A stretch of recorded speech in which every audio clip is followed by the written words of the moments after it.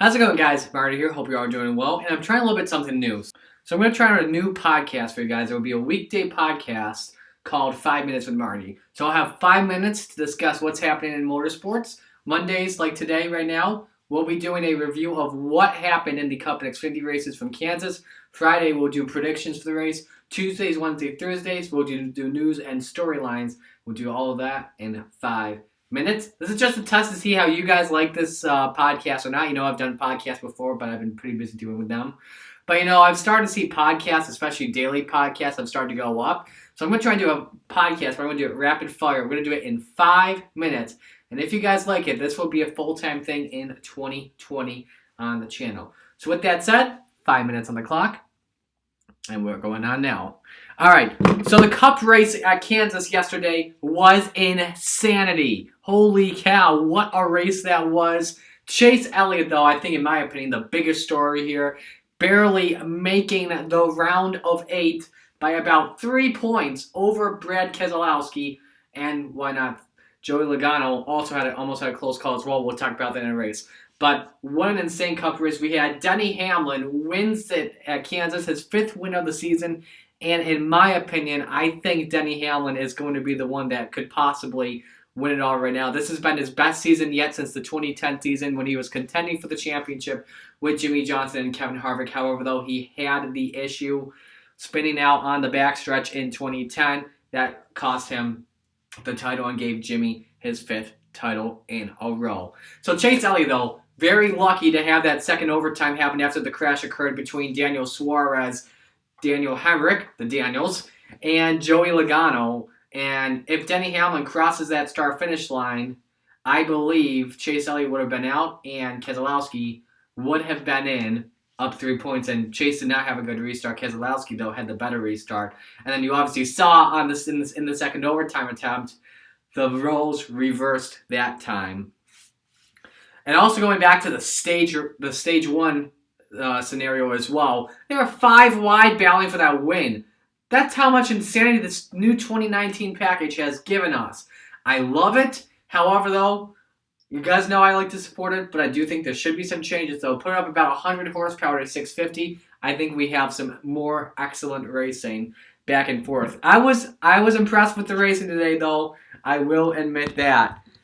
But anyway, after this, looking at the standings here, you've got Kyle Busch up now 18 points on the cutoff over Kevin Harvick, who's now 5th in the standings. So then looking at it, Truex is up 14. If I'm doing my math correctly, Hamlin is up 9, and then Logano is up 2 on Harvick. This could possibly be the most exciting round of 8 yet.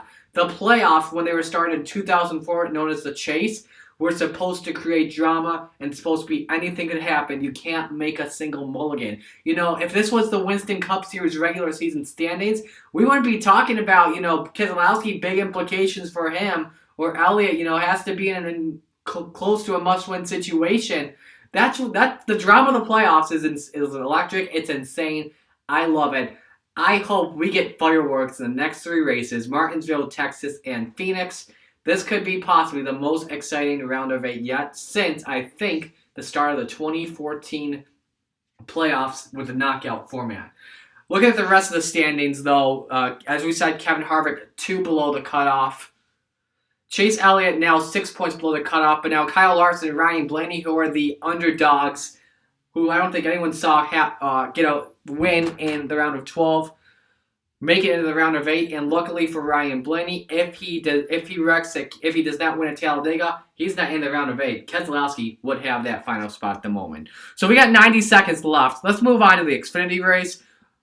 What in the world was that? Holy cow! What an insane race that was as well, with a regular package as well. You got Chase Briscoe, Christopher Bell getting spun out by lap traffic for Garrett Smithley. We'll try and talk a little bit more about that during the week as well. But Brandon Jones won a race. That's amazing. It's about time he won in that 19 car. A lot of people have been saying he's not a good driver, but he just won a race, and he's a front runner. You know, sometimes he'll rock it a little bit, but sometimes it may not be his fault. Sometimes it's racing, but we don't know. But Brandon Jones gets that first win. We had fisticuffs break out as well. Well, I shouldn't say fisticuffs. We had like a wrestling scrum or a rugby scrum between Tyler Reddick and Cole Custer. And don't worry, no bias there on that hero card that's up on the wall. But man, the playoffs, once again, supposed to create drama. You know, I remember the first year of the playoffs in 2014 when we had all the brawls happen. I should say 2015 as well. Temper. This is what gets fans into watching these races, fighting. I'm not trying to say fight after the race, but I'm just saying hard racing that leads to two different ways can bring out the best of everyone. But looking after that, after round one, with 2 races to go, you've got most likely Austin Cindric in a must-win situation, 30 points below the cutoff. And then everyone still has in deep doo-doo right now at the moment. So, 5 minutes are up right now, unfortunately. Timer is done. So yeah, that is my 5 minutes with Marty. There's some stuff I didn't get to talking about. I want to talk about that later in the week. But this coming weekend, though, I will say as well, Cup Race Martinsville, Truck Race Martinsville. Should be a fun weekend. Look forward to talking to you guys during the week on 5 Minutes with Marty. Thanks for joining us, guys. Peace out.